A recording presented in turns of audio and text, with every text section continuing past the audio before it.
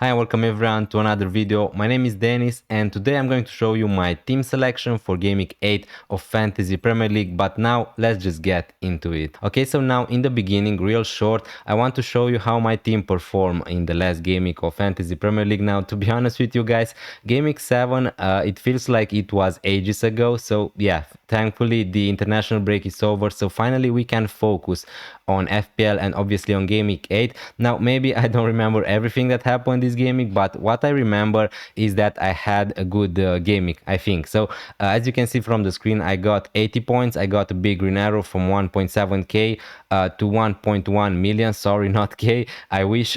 So, yeah, not inside 1 million rank at the moment, but we're moving into the right direction. So, hopefully, maybe in Game Week 8, Game Week 9, we're going to hit that. Now, what I can tell you is that I didn't use any transfer this game week. I'm going to have 2 free transfers for Game Week 8. And to make a resume of what happened, what I can remember from Game Week 7, really happy with my double Arsenal defense, Raya and Gabriel, 6 and 9 points. Other than that, my defense wasn't amazing. 2 points for Van de Ven, 2 points for Senesi. Obviously, I got away with my benching decisions. If you remember, guys, I benched João Pedro, who had a decent fixture to play Reinders. Now, that didn't get me anything more than just 1 point, but yeah, I got away with that. Semenyo, 18 points, really happy about him, but his ownership is really high at the moment, so it doesn't really matter what Semenyo is doing, but really happy that I have him into my team. Disappointments this game week: Bruno Fernandes, Gyökeres, Van de Ven, Senesi. Other than that, my players, I'm really happy with how they perform. A little bit lucky probably with Njae to score a penalty and to get 7 points, but that's why we have penalty takers. And also really happy with Kudus, 12 points, that's just amazing. Haaland, obviously he scored, he was my captain, but again, it doesn't really matter because everyone has Haaland and a lot of people also captain him. So overall, a really good gaming for me in Game Week 7. Now let's see how my team is looking like for Game Week 8. Okay, so now moving next, I'm just going to show you how my team is currently lining up for Game Week 8 of FPL, and I'm just going to show you my whole team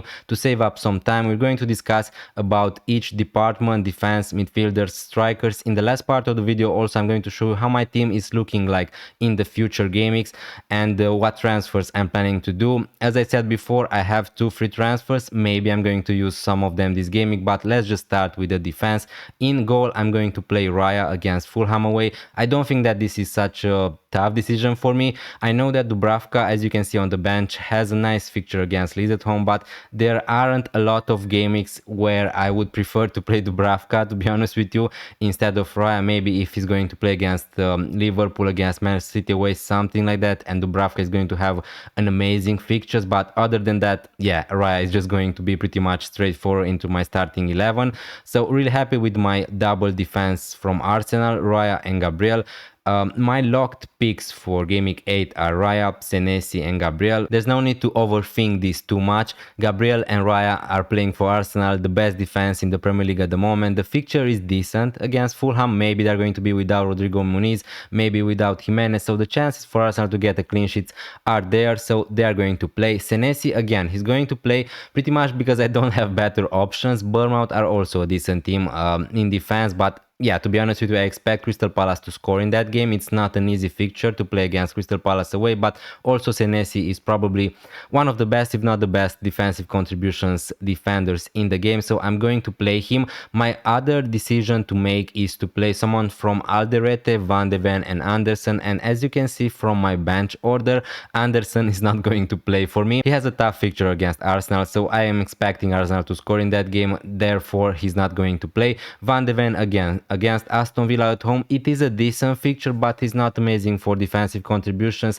and I can also see Aston Villa scoring in this game. So yeah, I'm playing Senesi, Gabriel, and obviously, if you see on the screen, at the moment Alderete is yellow flag, so this is my dilemma. He had a little bit of an injury in the international break, but the latest news from the coach is positive, so we need to wait and see, obviously, because he had a long plane trip, so we need to see if he's going to be fit to play in that game. But I would play him if he's going to be fit against Wolverhampton at home. I think that he's better than Van de Ven and Anderson, and he's also decent for defensive contributions. And Sunderland, by the way, they were a great defense in this start of the season. Now I think that this is going to be a case of it doesn't really matter. I'm going to play probably Alderete in my starting 11. If he's going to be out, I just think that he's not going to be risked to play any minutes. So hopefully he's not going to came in from the bench. So probably I'm just going to risk it and play Alderete. If he's going to start, that's fine. If not, I'm going to have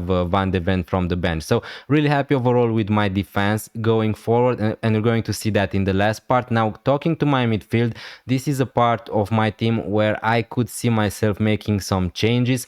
At the moment, I'm playing Semenyo, Kudus, Bruno, Reinders, and on my bench is Njae, who's going to play against Manchester City away, so a tough fixture. Now, again, at the moment, I'm still debating whichever player to play. I'm not sure if I'm making the best decision to play Reinders instead of Njae, but at the moment, this is currently where I'm at. I think that I'm going to go for Reinders, who has the better fixture. Obviously, these players are playing against each other. Now, someone like Njae probably is going to be better for defensive contributions. He's going to play against a tougher opposition, so usually those players are more likely to get defensive contributions, but I don't really want to play Njae just for defensive contributions, right? Now, Njae is also on penalties for Everton. We saw that in Game Week 7. So again, it is a risk maybe for me to play someone like Reinders instead of Njae, who's not amazing for defensive contributions, who's not really scoring a lot of goals at the moment. But yeah, at the moment, this is currently where I'm at. His minutes are looking good. I can see Manchester City scoring in this game, and to be honest with you, Manchester City were defending really good in the start of the season. They are a little bit underestimated in terms of defense, I think, this season. And yeah, I don't think that this is a great fixture for Njae, so that's why he's on the bench. But talking about my other midfielders who are locked in for me in my starting 11, Semenyo, obviously, who's going to play against Crystal Palace away. Not a great fixture, but he's a great option at the moment. If you have Semenyo, definitely you're just going to play him 90 minutes every gaming. He's going to be on penalties when Kluivert is not on the pitch, and yeah, at the moment Kluivert is not getting enough minutes. Kudus, again, not the best fixture you want. It's not Burnley or something like that, but Aston Villa at home, it's fine, and I rather play Kudus against Aston Villa than playing Njae against Manchester City away, to be honest with you. And my last midfielder is Bruno Fernandes, and this is where I could see myself making some changes, maybe no surprises for you. Obviously, not the best fixture against Liverpool away. The fixtures long term, to be honest with you, for Manchester United are not bad, are decent for Bruno Fernandes, but again, it's not like I don't see him doing anything against Liverpool, but again, I don't see Manchester United doing a lot of things against Liverpool at Anfield pretty much. Now, Bruno is still on penalties, I think, for what we know so far. He's not exactly what I thought when I picked him on a wildcard, so maybe he was a mistake, but again, he missed a penalty. You can't really control those things. If he scored those penalties, then we would think differently about Bruno Fernandes at the moment, so you can make a case to keep him. Again, if you want to get rid of him, again, I don't mind it. I think that that's a good decision, but to be honest, I just don't think that Game Week 8 is the best moment to buy some midfielders, because a lot of them have bad fixtures. So again, if I'm going to be honest with you, at the start of this international break, I was going into Game Week 8 thinking I'm just going to roll the transfer, because this is the plan, obviously, after I wildcarded, to try to save some transfers to be more flexible in the future. If I'm going to want to have someone like Bukayo Saka, maybe someone like Palmer is going to be back, maybe someone like Mohamed Salah, I'm going to want to get into my team, then I'm going to need to have some transfers. But again, Bruno Fernandes, it doesn't feel like a great option at the moment. And yeah, there are a lot of midfielders I would like to have into my team. Someone like Ismail Assar, someone like Anthony Gordon, and someone like Enzo Fernandez. So as I said before, this is not the best week to make midfielder transfer, because Ismail Assar, for example, is going to play against Bournemouth, against Arsenal. There are other fixtures who are not amazing for a lot of players at the moment. Enzo Fernandez is the only player I would see myself selling Bruno Fernandes to, because he's just great at the moment. And I think that even if you don't take into consideration the price, I think that I want to have more Enzo Fernandez for the next few fixtures than to have Bruno Fernandes, if that makes sense. So again, if you have just one free transfer, if you want to take a hit to remove Bruno Fernandes, I'm not sure that's the best usage of transfers. What I can do also with this team, obviously, if I want to get rid of someone like Gyökeres, I could just buy Bukayo Saka instead of Bruno Fernandes, but I just don't want to do that. I've gone with Gyökeres on my wildcard. The fixtures are just getting better for Arsenal, so I think that this is just that would be bad usage of transfers to just get rid of Gyökeres to buy Bukayo Saka. So again, what I thought about doing this gaming is to sell Bruno Fernandes to Enzo Fernandez. So yeah, that makes a lot of sense. Enzo Fernandez, for what we know so far, is on penalties for Chelsea. Cole Palmer news is really important to this thinking, because obviously when Palmer is going to be out, Enzo Fernandez is going to play as a number 10. He's on some set pieces, he's on some corners, and he's getting into really good positions. So again, even when Palmer is going to be on the pitch, Enzo Fernandez is not such a terrible pick anyway. And at the moment, it's not looking like Palmer is going to be a starter for Chelsea anytime soon. So yeah, this is the transfer I'm thinking at the moment. I have two free transfers. I'm not going to use both of them. I'm going to tell you right now. The plan is still to try to save up some transfers in the coming weeks. If we move to my forward line, João Pedro, Haaland, Gyökeres. To be honest with you, I'm really happy with my forwards at the moment.